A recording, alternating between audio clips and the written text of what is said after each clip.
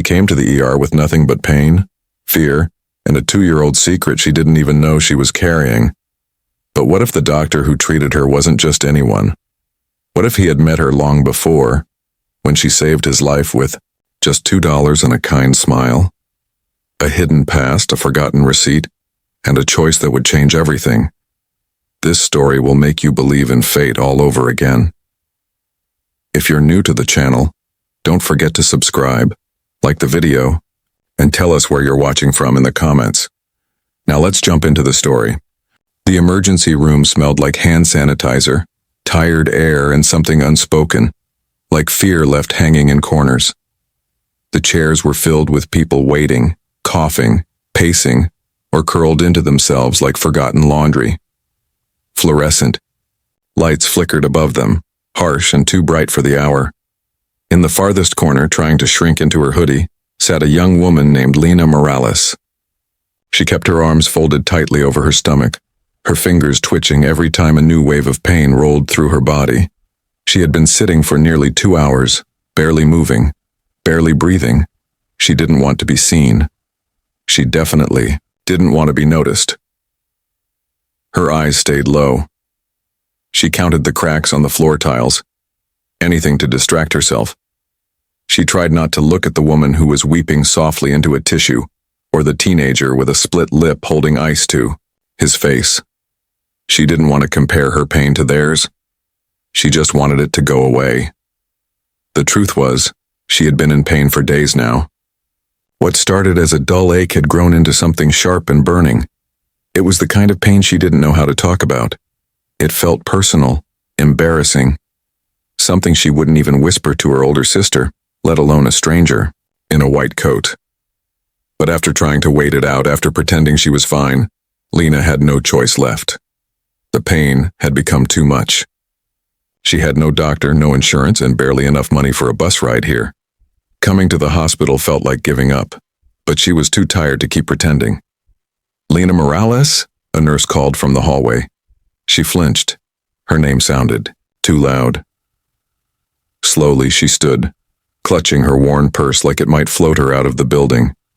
Her legs were shaky as she followed the nurse through the long hallway past machines and monitors that beeped in steady rhythm. They reached a small exam room.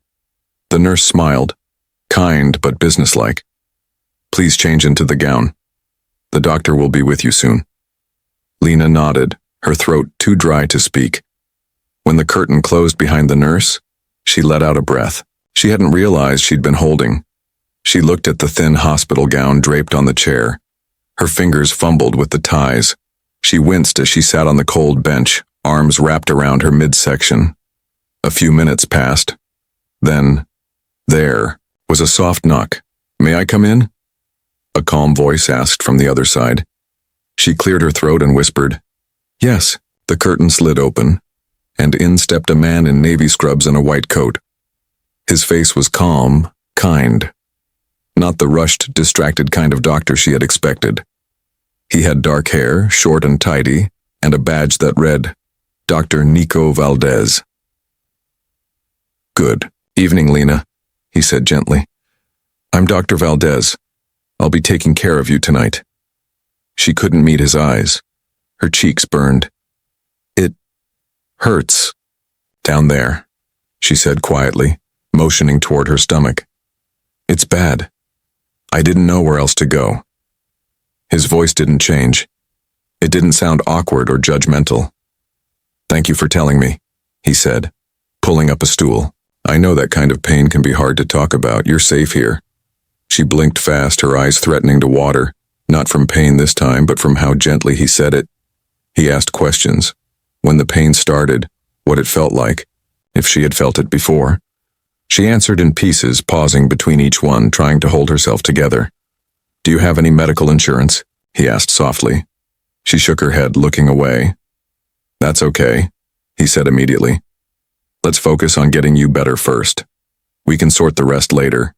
You're here now. That's what matters." He began the exam, explaining each step before doing anything, his tone careful and respectful. He didn't rush. He didn't make her feel like a number on a chart. When it was over, He removed his gloves and turned to wash his hands. "It looks like you have an infection," he said.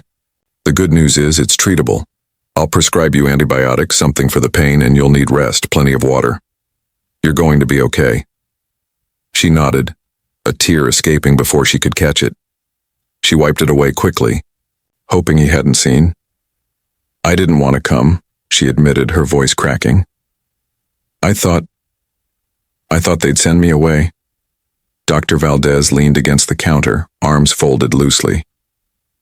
"You're not alone in feeling that way," he said. "But the ER isn't just for broken bones and emergencies. It's for people who don't know where else to go. You did the right thing." That last sentence landed hard. It felt like a life raft tossed into deep water. She met his eyes for the first time. They were steady and warm. Something about them unsettled her in a way that wasn't bad, just unfamiliar, comforting. He stepped toward the door.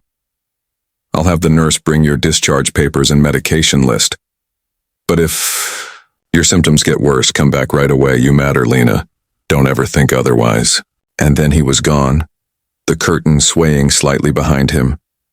Lena sat there for a long moment, stunned, not by the diagnosis, but by how it felt to be treated like she belonged. She looked down at her lap, took a shaky breath, and for the first time in days felt something strange stirring beneath the fear. Maybe the worst part was over. Maybe something else was just beginning. Dr. Nico Valdez sat at his small desk in the ER's corner office, typing slowly. The hospital buzzed behind him, phones ringing, heels echoing on the floor, machines beeping like a strange rhythm of chaos. But his mind wasn't on the screen anymore. He had just finished seeing Lena Morales. She was back in her room now, resting after the tests. But something about her lingered in his thoughts.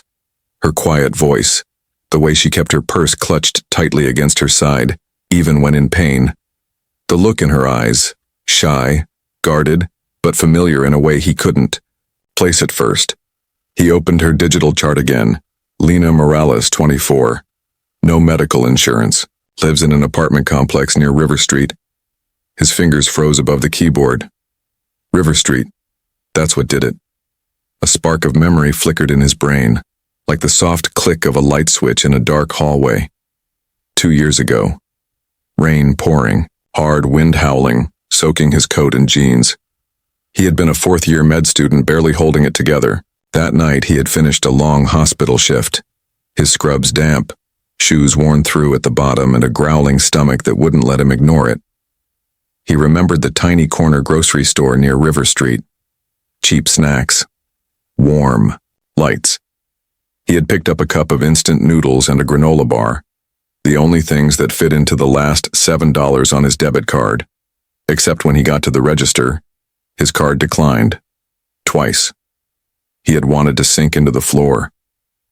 The line behind him grew longer. The cashier, a girl with dark hair tied in a braid and a soft but tired smile, didn't look annoyed. She didn't look away.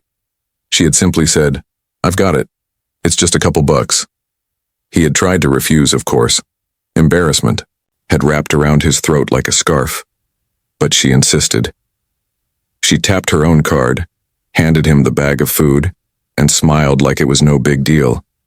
But to him, it had been everything.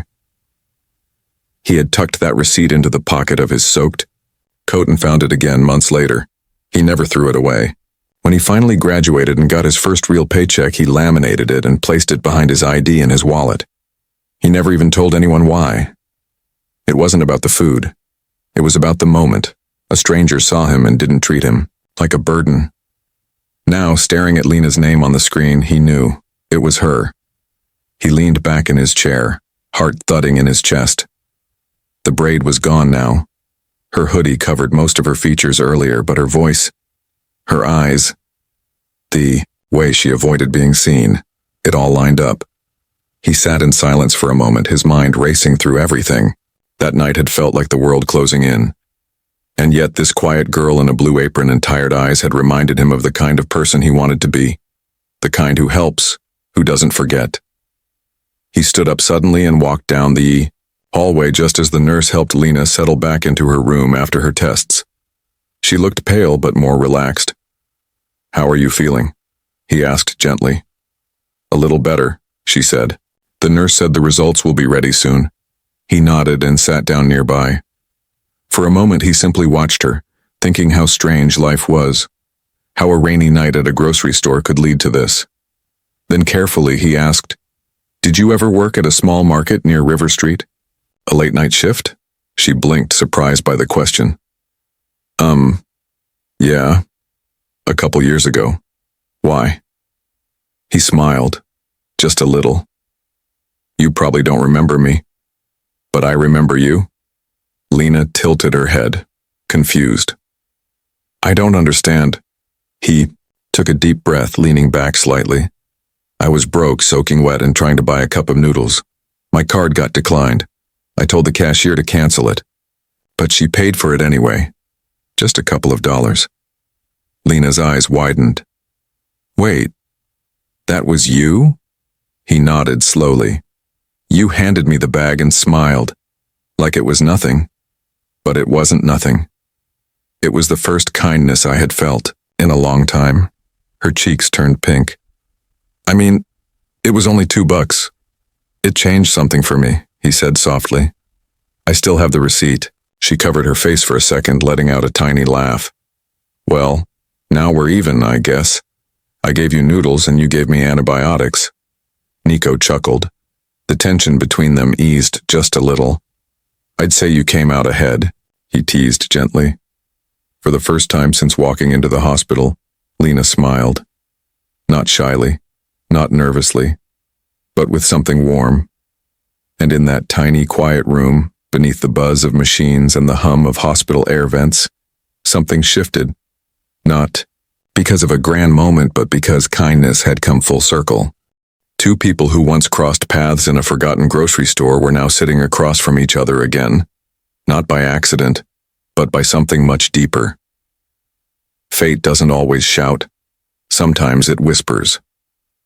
The sky was already turning dark when Lena stepped out of the small pharmacy on Pine Avenue.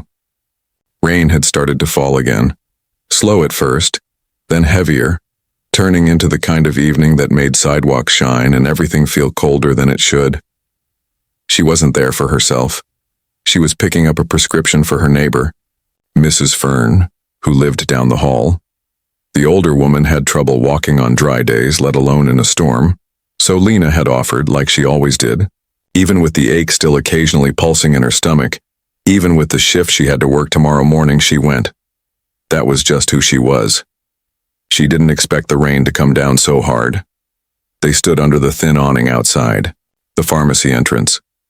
Lena had wrapped her old sweater around Mrs. Fern's shoulders and was trying to shield her from the wind. Water dripped from Lena's hair onto her face, her jeans already soaked through at the hem. The buses were late, and the wind cut through her clothes. "It's just a little rain," Mrs. Fern said with a chuckle, leaning on her cane. "I've seen worse." "I'm sure you have," Lena said, smiling weakly, brushing wet strands of hair from her face. Then a voice came from behind her, calm, familiar, and surprising. "You always do this, don't you?" Lena turned. There he was, Dr. Nico Valdez, standing just outside the pharmacy's light, holding a black umbrella, wearing a long coat over his scrubs. His eyes weren't on the rain or the street, only on her. "Dr. Valdez," she said, her voice small, her stomach dropping. He shook his head gently. "Just Nico, please."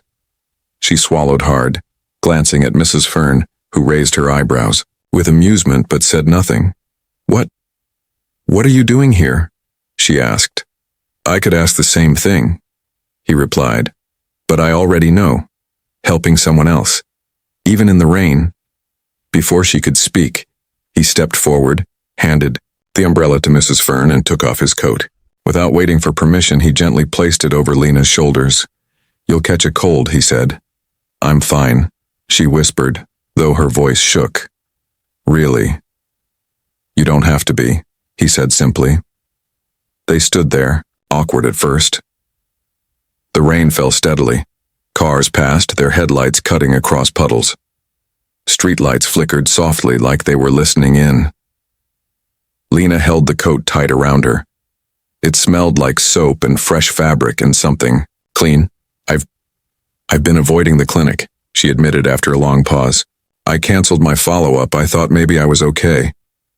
He nodded, not pushing. She continued, voice quieter now. But also, I didn't want to see you again. Not because you weren't kind, but because you were. He said nothing, just waited. You're a doctor, she went on. You're doing big things. I looked you up. You're part of that health program that got written about in the papers, and I'm just you. He finished gently. You're just you. She nodded, eyes on the sidewalk. And I didn't want you to see me like this again. Soaked, tired, still figuring out how to pay rent. Nico tilted his head slightly, watching her. Then he spoke. Can I tell you something? She nodded. I wasn't just being kind that night in the ER, he said. I knew who you were. Lena looked up sharply. What do you mean? I remembered you. The grocery store. The night it rained. You helped me when I couldn't afford a meal. You didn't know who I was. You didn't ask for anything. You just helped. She blinked fast, stunned. I was exhausted, embarrassed. That moment stuck with me. You stuck with me. But it was just $2, she said, voice shaking. He shook his head. It wasn't about the money. It was about the way you looked at me, like I mattered, like I wasn't a problem to be fixed. Lena didn't know what to say. Her fingers fidgeted with the coat's edges. I always wanted to thank you, he added. Properly. I just didn't expect it to be like this. She let out a small, surprised laugh. Yeah, I didn't either. They stood in silence again, a gentle kind of silence. The bus finally turned the corner, headlights cutting through the rain. Nico helped Mrs. Fern up the steps, making sure she was steady before stepping back down. Lena was still standing there, holding his coat like a shield. You don't have to avoid me, he said quietly. You don't have to hide from me. But I don't belong in your world, she replied. I don't fit. Then maybe, he said, stepping closer. My world needs to change. She looked at him, eyes wide. You don't owe me anything, Lena, he said. But I owe you a thank you. And maybe more than that if you'll let me. For the first time in weeks, she didn't feel like she had to disappear. The rain began to slow. She didn't say yes, not yet, but she didn't run either. And that maybe was a beginning. Lena stood by her apartment window, the morning light spilling onto the floor like soft gold. The small box on her kitchen table had been there for 2 days. She hadn't opened it, yet not because she was afraid of what was inside, but because she already had a feeling. She finally crossed the room, took a breath, and lifted the lid. Inside, resting on soft felt, was a folded piece of paper. It was the receipt.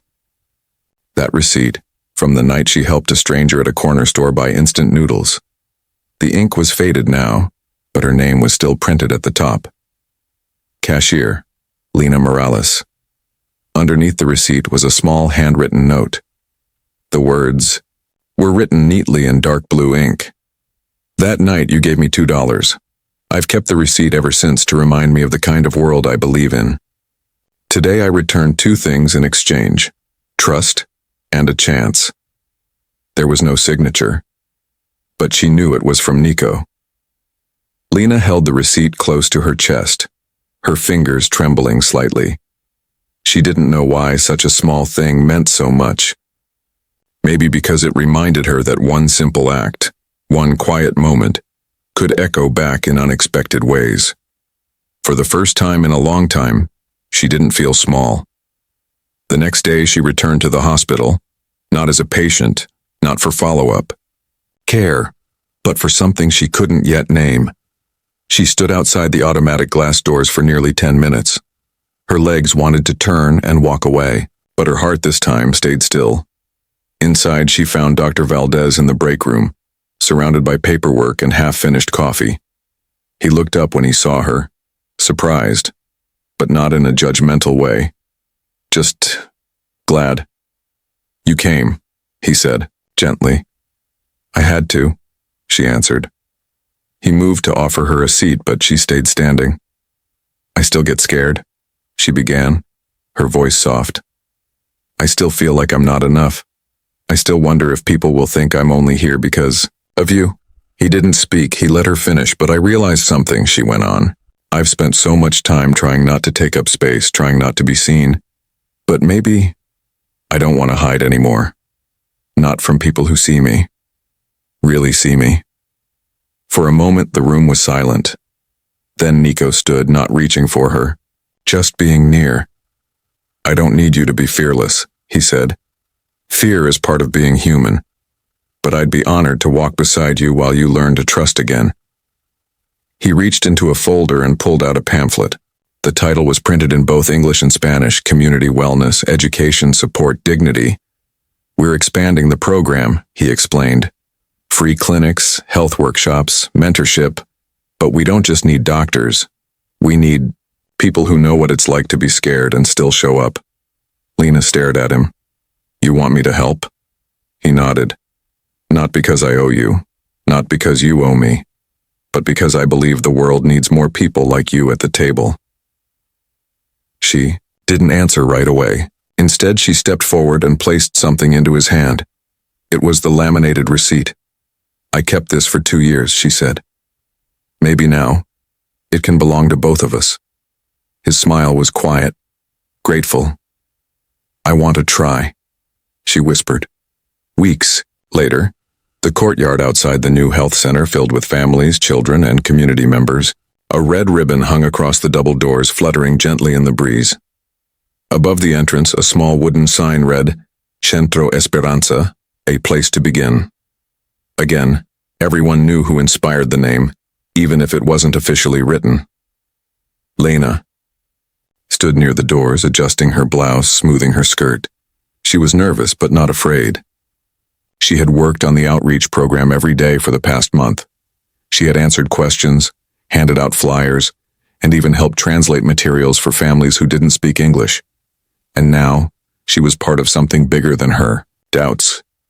Nico stepped up to the microphone. A year ago, he began, this was just an idea, a dream. But dreams don't grow without people. And this place, this mission, it began with a quiet act of kindness, a moment where one person helped another without expecting anything in return. His eyes found Lena's in the crowd. She reminded me why I do this. Not for awards, not for money, but for people, for dignity, for hope. The crowd clapped, softly. Nico stepped down, and instead of heading toward the press, he walked straight to her. He took her hand, not with flash or show, just with honesty. You're not the background of someone else's story, he said. You're the reason it started. Lena smiled. A real smile, the kind that blooms from somewhere deep and quiet. They didn't need to say anything else. The moment was already full, and as they cut the ribbon together under sunlight and open sky, Lena finally understood. This wasn't the end of her story. It was the beginning.